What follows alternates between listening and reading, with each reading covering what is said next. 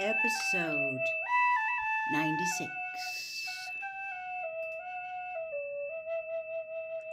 The point of a Horcrux is, as Professor Slughorn explained, to keep part of the self hidden and safe, not to fling it into somebody else's path and run the risk that they might destroy it, as indeed happened. That particular fragment of soul is no more. You saw to that. The careless way in which Voldemort regarded this Horcrux seemed most ominous to me. It suggested that he must have made, or been planning to make, more Horcruxes, so that the loss of his first would not be so detrimental. I did not wish to believe it, but nothing else seemed to make sense.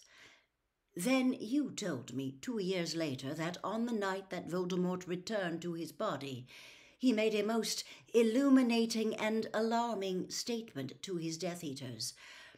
I, who have gone farther than anybody along the path that leads to immortality. That was what you told me he said. Further than anybody. And I thought I knew what that meant, though the Death Eaters did not. He was referring to his Horcruxes. Horcruxes in the plural, Harry, which I do not believe any other wizard has ever had. Yet it fitted. Lord Voldemort has seemed to grow less human with the passing years, and the transformation he has undergone seemed to me to be only explicable if his soul was mutilated beyond the realms of what we might call usual evil.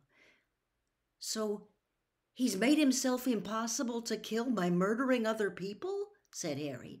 Why couldn't he make a Sorcerer's Stone or steal one if he was so interested in immortality?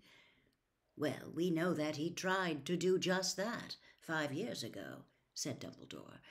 But there are several reasons why I think a Sorcerer's Stone would appeal less than Horcruxes to Lord Voldemort. While the elixir of life does indeed extend life, it must be drunk regularly for all eternity, if the drinker is to maintain their immortality. Therefore, Voldemort would be entirely dependent on the elixir, and if it ran out or was contaminated, or if the stone was stolen, he would die just like any other man. Voldemort likes to operate alone, remember. I believe that he would have found the thought of being dependent even on the elixir intolerable. Of course, he was prepared to drink it if it would take him out of the horrible part life to which he was condemned after attacking you, but only to regain a body. Thereafter, I am convinced he intended to continue to rely on his Horcruxes. He would need nothing more, if only he could regain a human form. He was already immortal, you see, or as close to immortal as any man can be.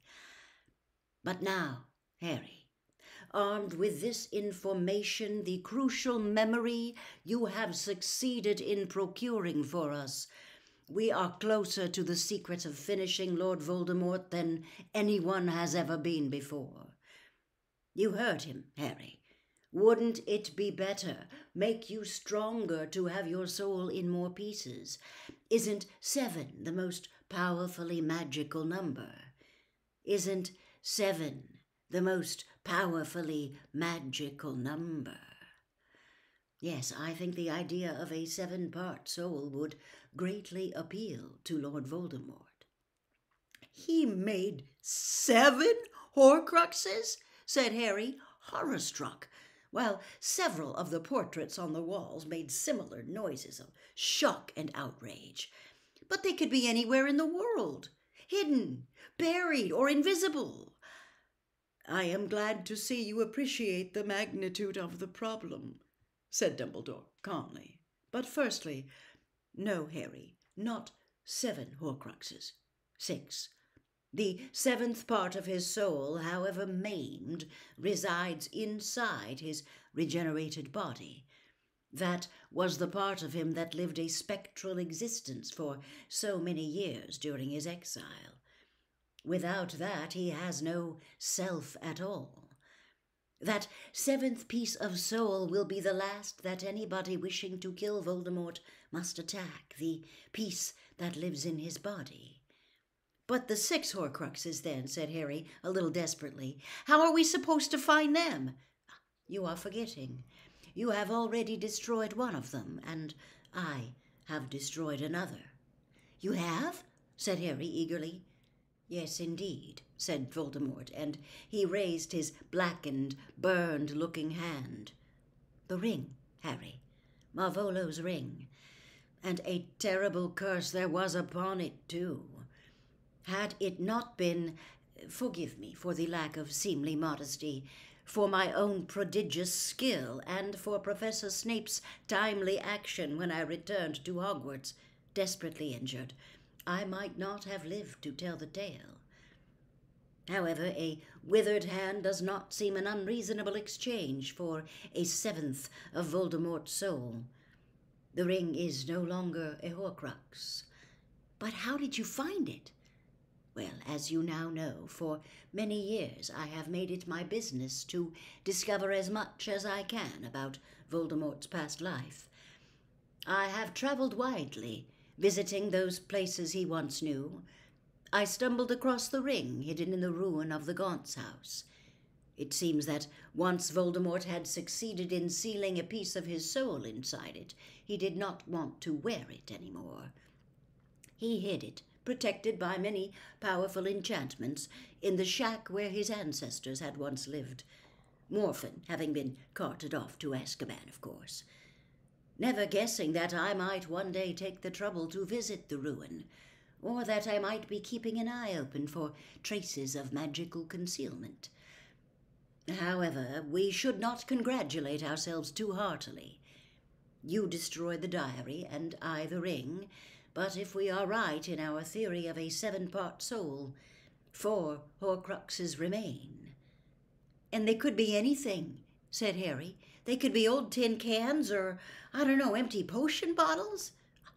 You are thinking of portkeys, Harry, which must be ordinary objects, easy to overlook. But would Lord Voldemort use tin cans or old potion bottles to guard his own precious soul? You are forgetting what I have showed you. Lord Voldemort liked to collect trophies, and he preferred objects with a powerful magical history. His pride, his belief in his own superiority, his determination to carve for himself a startling place in magical history. These things suggest to me that Voldemort would have chosen his Horcruxes with some care, favoring objects worthy of the honor. His diary wasn't that special. The diary, as you have said yourself, was proof that he was the heir of Slytherin. I am sure that Voldemort considered it of stupendous importance. So the other Horcruxes, said Harry. Do you think you know what they are, sir? I can only guess, said Dumbledore. For the reasons I have already given, I believe that Lord Voldemort would prefer objects that in themselves have a certain grandeur. I have therefore trawled back through Voldemort's past to see if I can find evidence that such artifacts have disappeared around him. The locket, said Harry loudly. Hufflepuff's cup. Yes, said Dumbledore, smiling. I would be prepared to bet, perhaps not my other hand, but a couple of fingers, that they became Horcruxes 3 and 4. The remaining 2, assuming again that he created a total of 6, are more of a problem. But I will hazard a guess that, having secured objects from Hufflepuff and Slytherin, he set out to track down objects owned by Gryffindor or Ravenclaw.